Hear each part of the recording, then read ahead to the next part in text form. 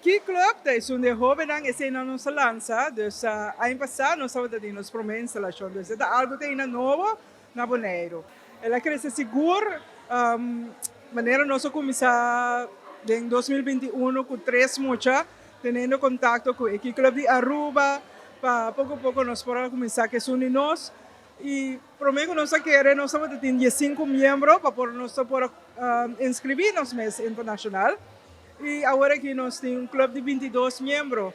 E nós temos quase tudo já sabe, nós temos uma reunião, nós temos um general meeting, onde nós temos cultura membro, e Bepaluna também para o board meeting, onde o presidente com suporte sinta para reunir.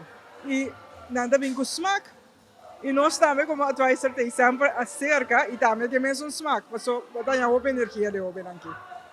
Meta tá para ser diferente, ok, reunião, estruturar muito um pouco, pero também para fazer community work.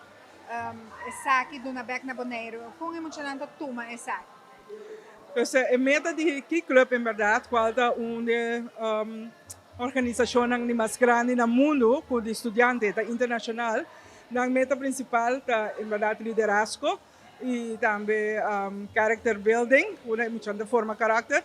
E nós se aqui do dia diferentes atividades para a comunidade.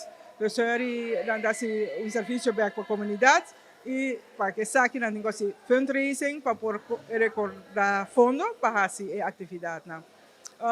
E jovem está consciente de que foi momento que nós vira membro de Key Club e nós está fazendo atividade com o SMAC.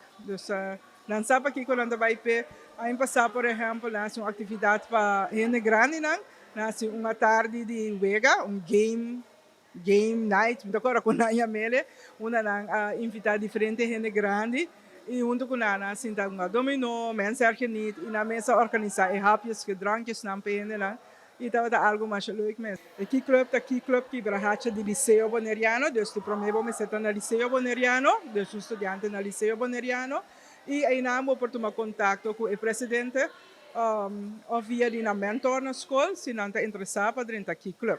Também tem na Instagram, Key Club Kibrahacha, na Instagram.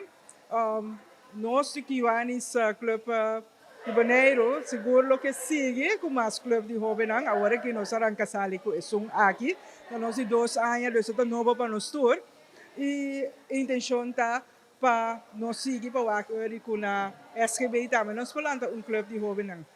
E também, que vamos ter possibilidade para fazer Key Kids Club, que seja com alunos da escola básica. Então, se também é onde meta lá com nós. Nós temos que prometer, agora que nós temos 2 anos que o clube aqui estabilizar, então depois para nós vai para o seguinte passo.